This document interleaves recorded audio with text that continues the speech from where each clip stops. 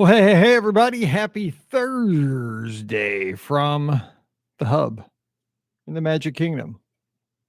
Maybe. Or my basement.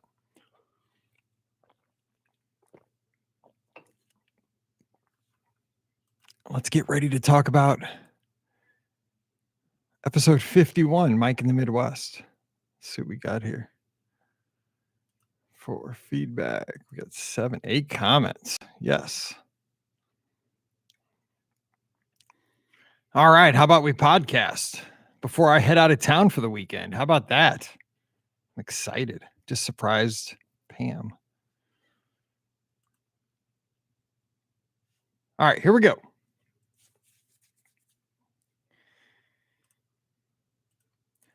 Well, hey, everybody. Happy Thursday, and welcome to Mike in the Midwest, a mini podcast for the amazing patrons of the Be Our Guest podcast. I hope you are doing well wherever this show finds you in the world. I can tell you here in St. Louis, the switch has been turned. Summer is here. It is hot. It is humid. And running just got exponentially harder each morning. It was so nice over the last couple of weeks before now, where I was actually running fast and comfortably. Yeah, that's all gone. So hope wherever you are in the world, if it's warm, you're sitting in a swimming pool today or in some nice air conditioning. And if you're out there cutting the grass or working outside for your job, we're thinking of you because it is warm. I just got back in from going for a little walk and I'm still sweating here in the studio. So hope you are ready for summer 2021 because I think it's going to be a great one. And it is definitely arrived here in the Midwest. We're recording the show on Thursday, June 10th, 2021, a very special date because today I'm celebrating my 15th wedding anniversary. And today's show is going to be a love story. And I know some of you guys might not care about love and mushy stuff like that, but hang with me. And I think everybody thinks their backstory of their relationship is the best story ever, but I think ours is pretty interesting. It's funny to see where we started and how we got to where we are today. And you don't hear a lot about Pam on the podcast. You hear about her occasionally because she's on every Disney adventure just about that I go on. But I want to give you a little feedback into how we met and kind of how all this came to be and how our family came to be. So we'll talk about that today. But first, we always drop in and go for some feedback from the show from the previous week. Last week, we talked about Mike's musical evolution, but it wasn't necessarily about my dance moves and stuff like that. We talked about how I went from a Fisher-Price record player to DJing some of the biggest high school proms in St. Louis, how we use DACs and CDs and mini discs and all kinds of stuff. The evolution of the formats of the way that you played music from 45s to 33s to cassettes to singles to CDs to digital music and where we are today. And we got a lot of feedback on this show. And I got to say, shout out to Mark, my good buddy up in Chicago, sent me some great emails. We had so many of the same memories. He had the big stereo in the house and the cassettes, the singles.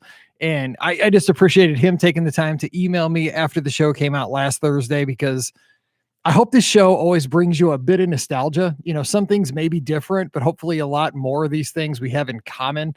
And you remember, I remember going to the skating rink and the DJ in there having 2 turntables with 45s. And I always remember the journey. Open Arms skipped at this certain place because the 45 they had in the skating rink had a little scratch on it at that point. That's a true story for ours.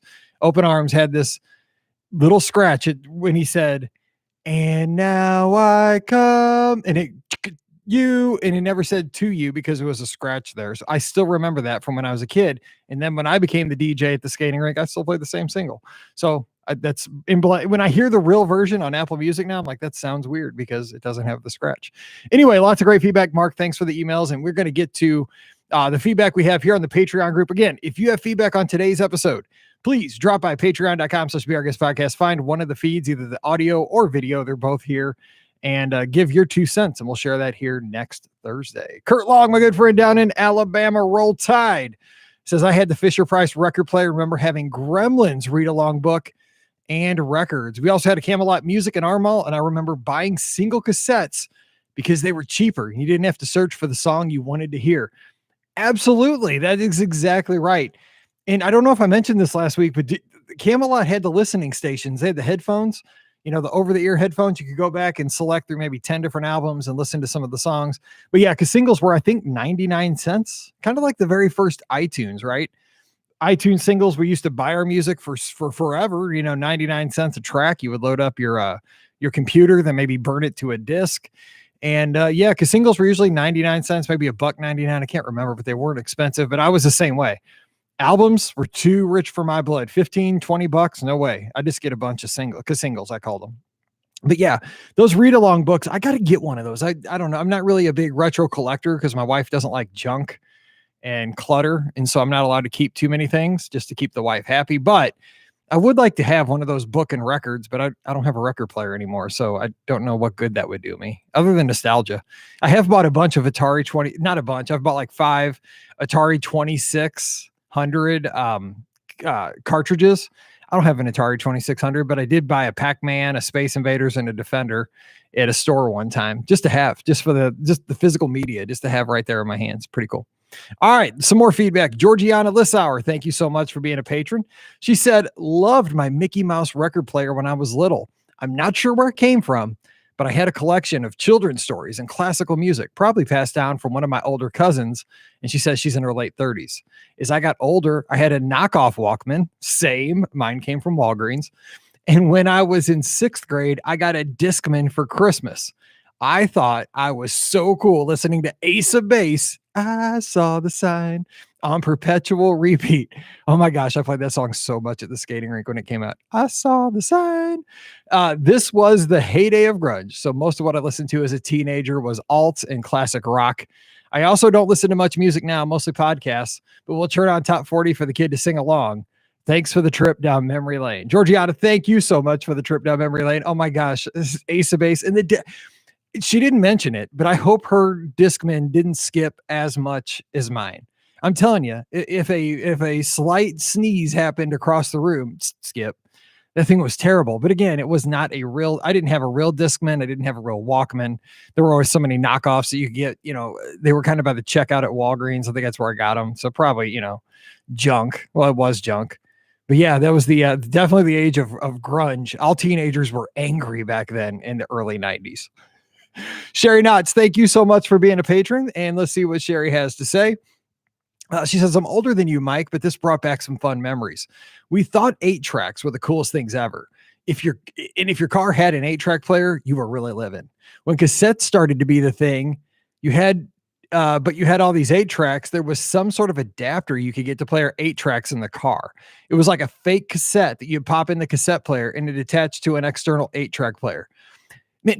Is this not the story of like the evolution of this in our cars? Because when I got that knockoff Discman, the way you played it, there were 2 ways you could play it. And I tried both and either one worked well. One was it was a wire that you put the little fake cassette into the cassette player, into the radio if you had a cassette player in your car, and you'd plug it in your CD player that way. Or you could play through an FM transmitter, which would try to seek out the least busy FM signal, usually down around like 88.7, 88.9, 90.1, something like that wasn't being used. But those never worked well. And I always wanted to try those, make those work so bad.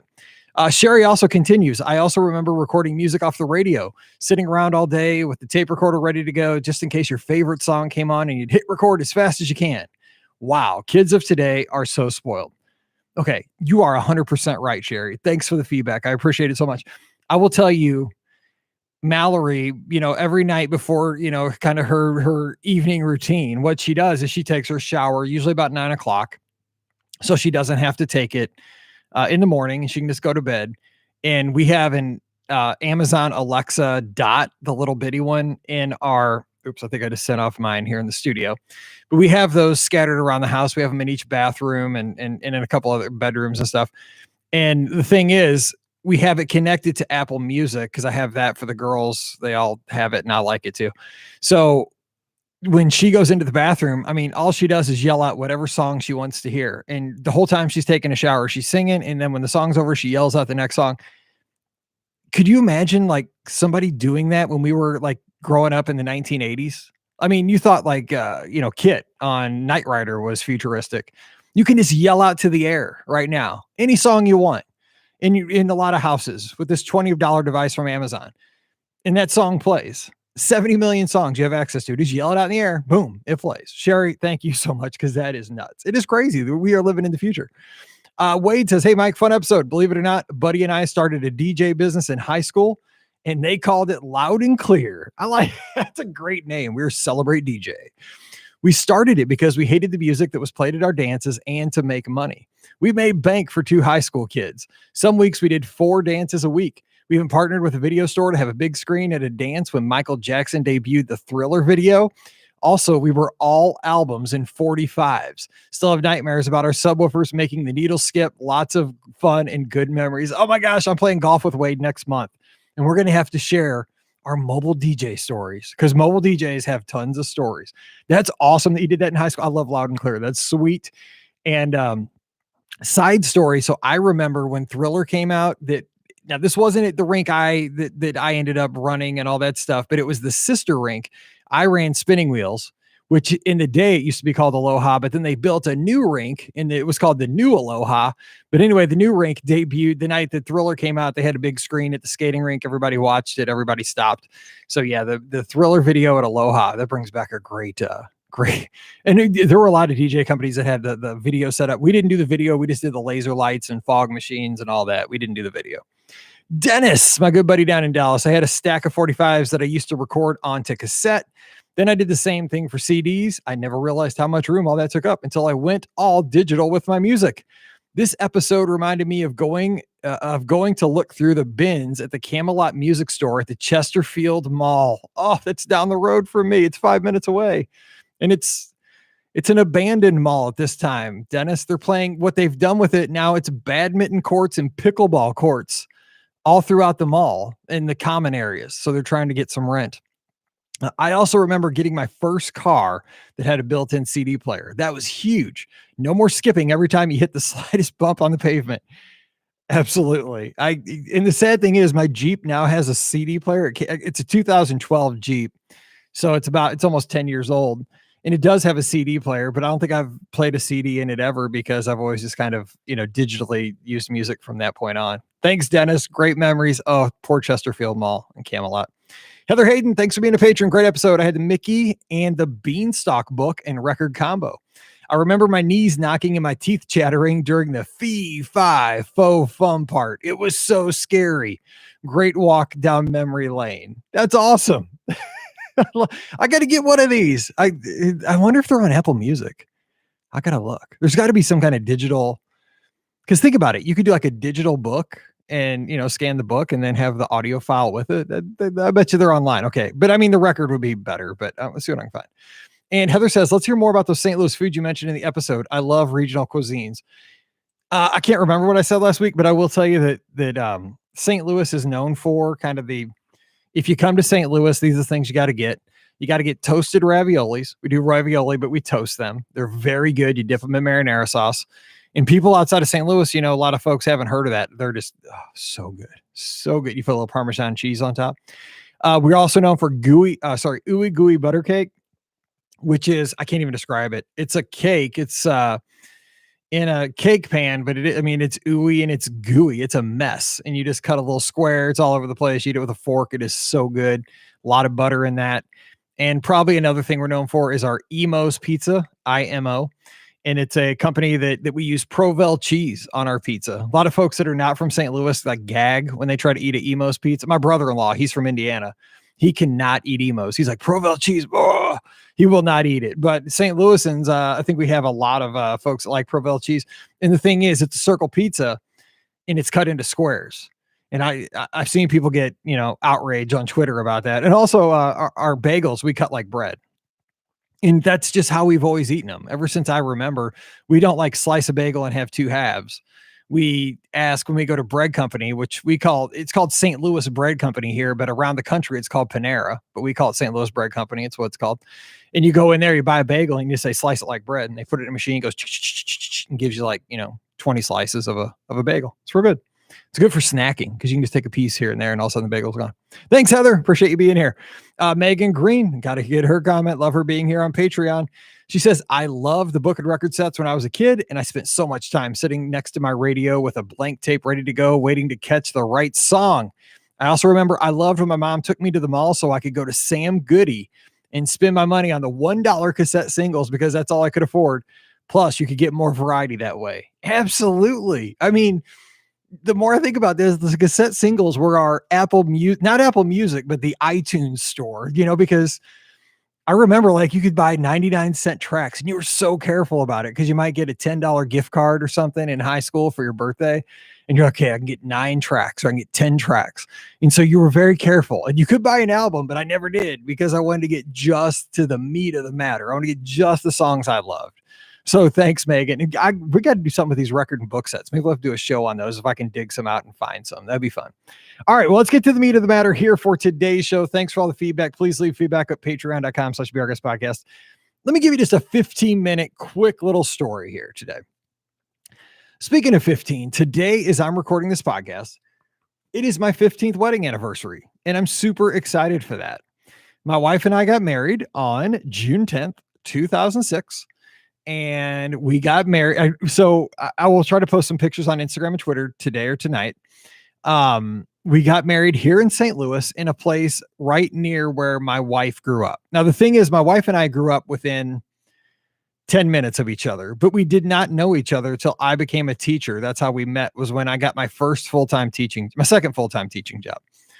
And so, but the thing was, we grew up in the same school district, but we went to rival high schools. My wife went to Hazelwood East. She was a Spartan. I went to Hazelwood Central. I was a Hawk. And our football teams are always the best 2 football teams in St. Louis, definitely, but usually in the state of Missouri. We always battle it out. Who won between us usually went on to win state to beat Rockhurst in Kansas City. Anyway, so we lived in the same area. Now let's kind of talk about how did Mike and Pam meet real quick. So as I mentioned, I went to the University of Missouri, St. Louis to get my undergrad in elementary education. So did my wife. She went to she went to UMSL. We did meet each other at UMSL, but we both went to the same undergrad school. Don't know if we ran into the same circles or they had the same classes. She graduated a couple years ahead of me. She was a year ahead of me in high school, even though we're just about the same age. Pretty close, but I always kid her. She's my older woman, by months. But the thing is, we met when I student taught at a school called Wedgwood Elementary for 2nd grade. And the way it worked to become a teacher when I was in school was that it was a 717, your last semester of your education program. So what you did was you student taught for 7 weeks in one placement. You took a week off to write a big reflection and do all this like paperwork. And then you went to a second placement and taught another 7 weeks, and then you graduated.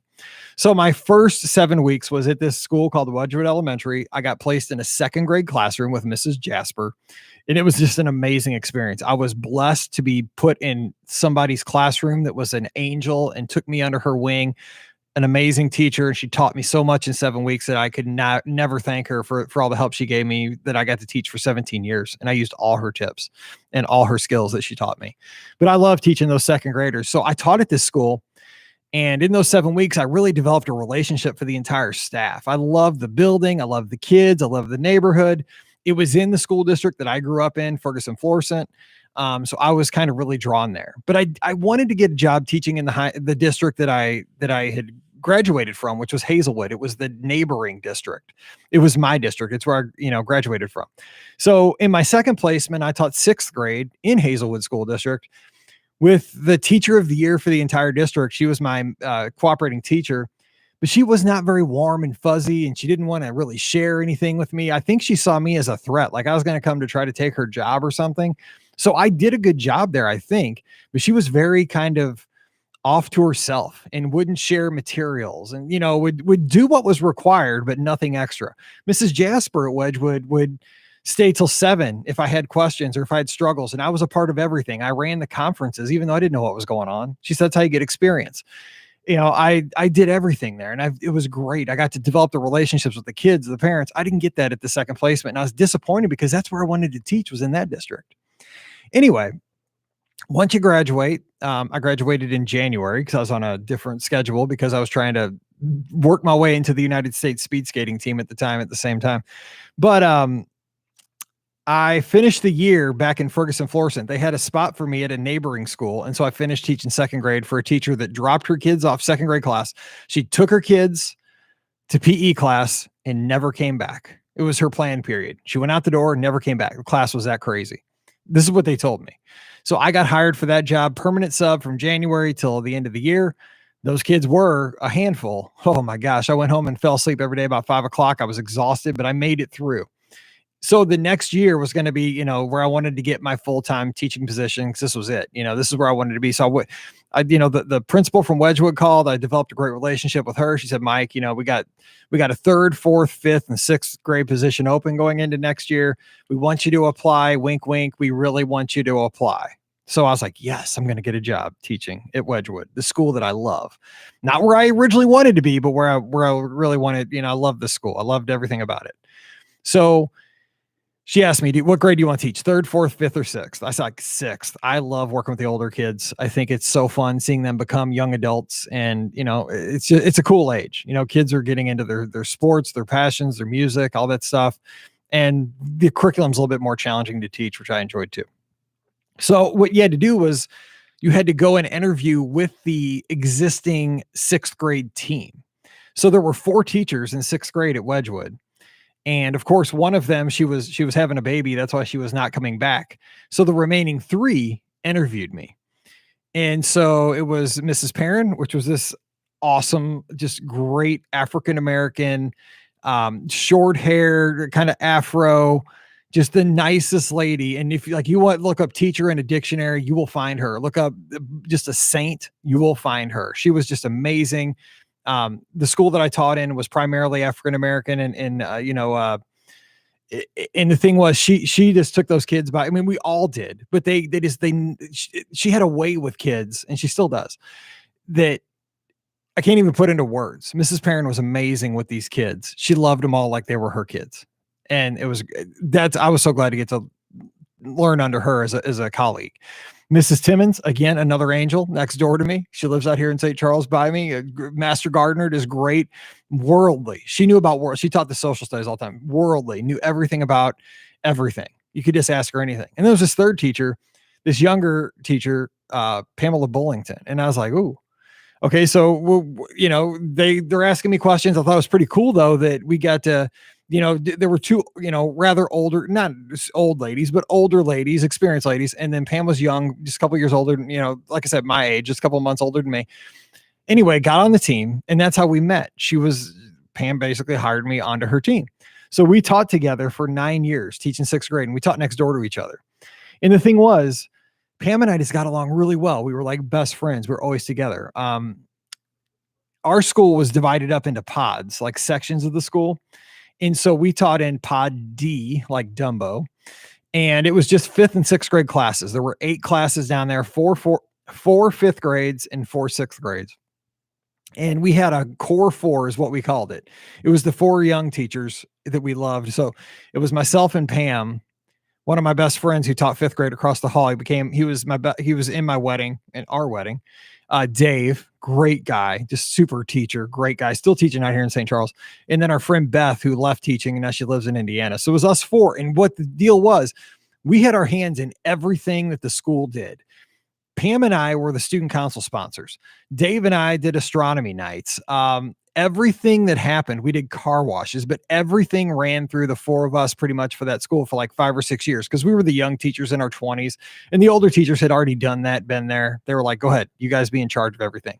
And we developed relationships that way. So anyway, Pam and I, since we were like next door to each other, our classes did everything together. For an extra recess, I would go out and Pam would just kind of sit on the bench, and my class would play against Pam's class in kickball, and I'd pitch, and we'd have competitions like that. We'd do dodgeball competitions. We'd have math contests against each other. When we went on field trips, it was always both of our classes together. We just did everything together, our kids. And so, 6th graders being 6th graders, the funny thing was, before we were ever even dating or anything like that, there was like, oh, Miss Bullington and Mr. Rahman, and that was the funny thing, is because it was always like a rumor, but it wasn't true. There was nothing, we were just, good friends. We both taught the same style. And we just, enjoyed having somebody to work with as a co-teacher. A lot of teachers do this, but eventually it was kind of fun because, I just remember one day I went into Mrs. Timmons, the sixth grade teacher next door to me, and I had a conversation with her, and I was like, you know, because I was single, Pam was single, I was like, I think I'm gonna ask, Pam out on a date, but well, how does this go? Because we're colleagues, we teach together. And this was a different time. This was way back, in the 90s, early 2000. And we were friends. And I was like, if I have to leave teaching here, I get it. We're just going to go on. Anyway, here's what happened. And we were like, by this time we were always together. Beth, Dave, Pam, and I always together. We were just like all best friends. We hung out at each other's houses all weekend. We stayed at school till 7, just hanging out. It was weird because like we were always together there for years. But Pam had a 30th birthday party hosted by her sister. And it was a 70s style party. And, we're all invited. I remember going to like some kind of a vintage store to get a leisure suit because everybody dressed up. It's the leisure suit that I wore on one of the Be Our Guest podcast cruises, by the way, green. And we went to this party and, I'm not super sly or anything, but what I did was for her 30th birthday, I gave her a card and I said, for your 30th birthday present, I'd like to take you out to dinner. And so I didn't know how that was going to go. I took a chance because I asked Mrs. Timmons next door, this is what I'm going to do. She said, that sounds fine. And I said, I'm going to take you to a super fancy dinner. You deserve it. It's your 30th birthday. And so we went to a steakhouse in downtown St. Louis at the top of what used to be called the Clarion Hotel. And here's a little Walt Disney World connection. It was a rotating restaurant at so if you ever watch a game on a Cardinals game and they show the arch or like out in the outfield and you see this building, there's a circular building with black windows on the top. That was the restaurant. It's long. The hotel's closed. The whole thing's closed right now. But we went there and it was a super expensive, fancy meal, which I'm not a real fancy person, but like she got dressed up. I got dressed up and it was a date. And so we went on a date and it was awesome. And so that's where it all started. That's when we started dating and it was amazing. And it's been a great journey. And I just remember I was sweating bullets because I think every guy feels this about their wife is that, I was way out of my league, still am way out of my league. She was the best teacher at Wedgwood. She was the prettiest. She was, just amazing. She taught at the university as well as taught sixth grade at Wedgwood at the same time, 3 nights a week. She'd be over at the University of Missouri St. Louis teaching undergrads. She already had her master's degree. I didn't. She had Paige, and she was a great mom at that point. She still is. It was everything. So I was super nervous, but we made it work because we were already friends. We were comfortable hanging out together, but I was nervous, of course. But I just remember that night, I was just, it was so nerve-wracking going to dinner because we'd eaten together 1,000 times before. We were colleagues. We eat together every day at lunch in the teacher's lounge, but this was different. We were dressed up. We were at a steakhouse and it was awesome. So that was our first date. So many stories since then. I could tell the engagement story, I guess, real quick. A couple of years later, we dated for a couple of years. And then I was, it was time, right? I wanted to go, I wanted to get married. I loved her. And so again, I'm not super romantic, not great at this stuff, but we have a little area in St. Louis. It's called St. Charles, Main Street, St. Charles. We live actually by it now, but we didn't back at the time. And on that little kind of historic area of St. Charles along the Missouri River, there was a winery. It was called Winery of the Little Hills. It didn't have vineyards or anything. It just served wine and cheese and charcuterie. There you go.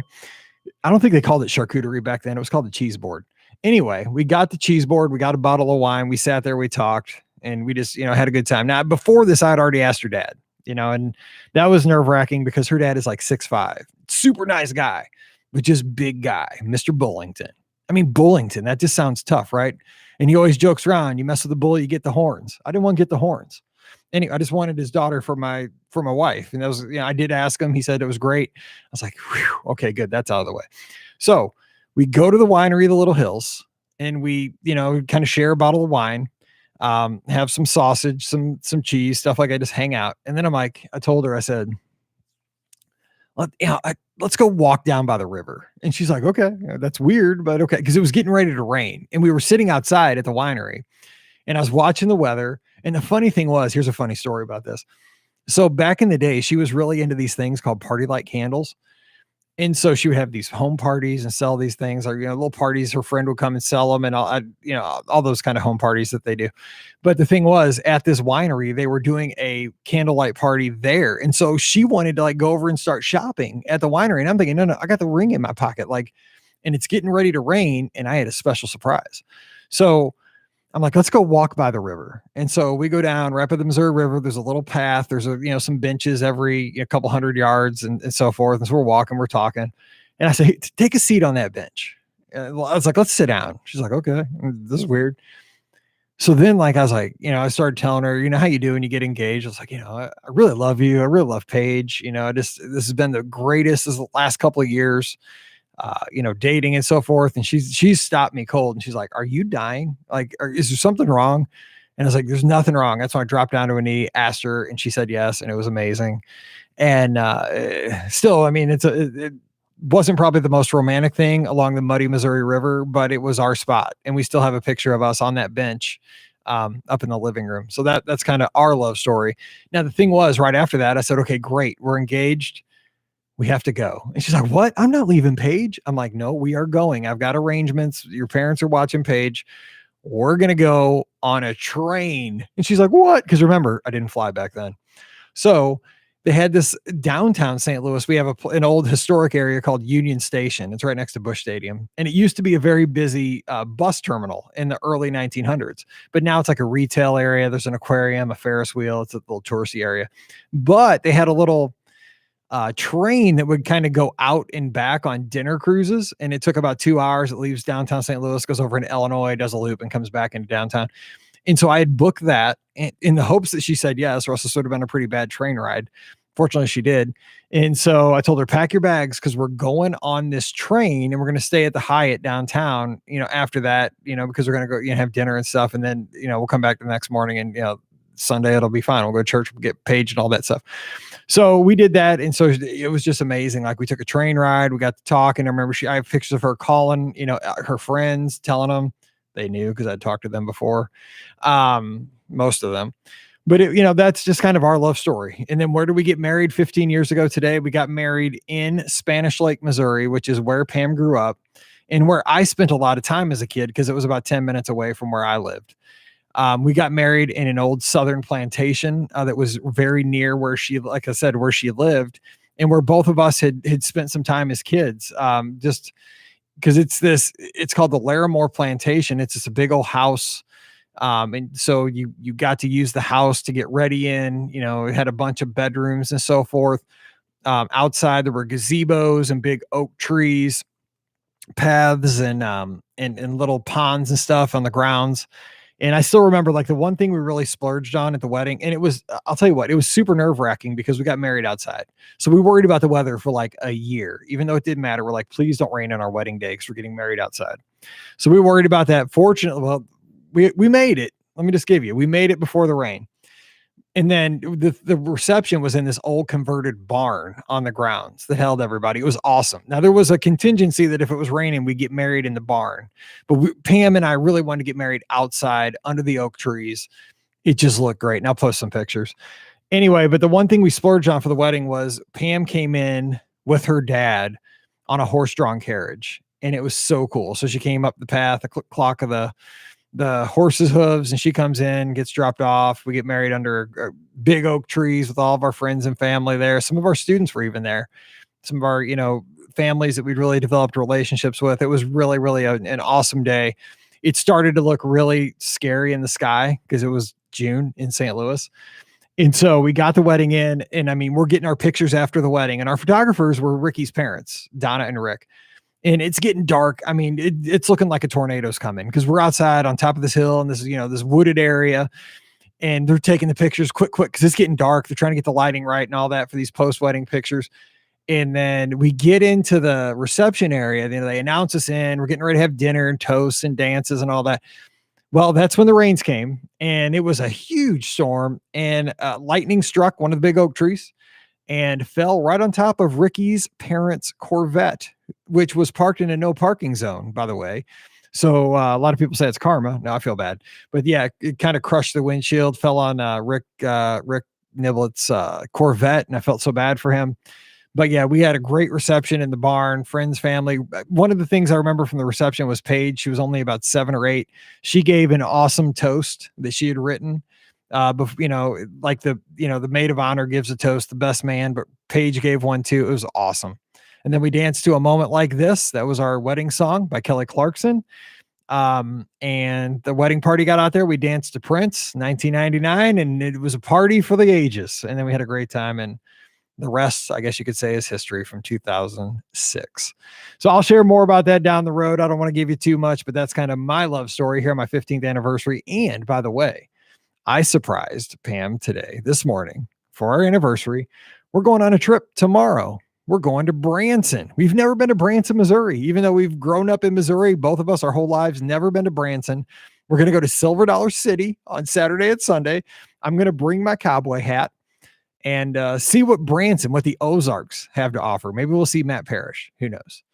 All right, we're going to get out of here. I'm going to let you get on with it. I hope I didn't bore you. I just wanted to share it today. It's a special day for me. I'm married out of my league. I love Pam, and I just wanted to share that story today.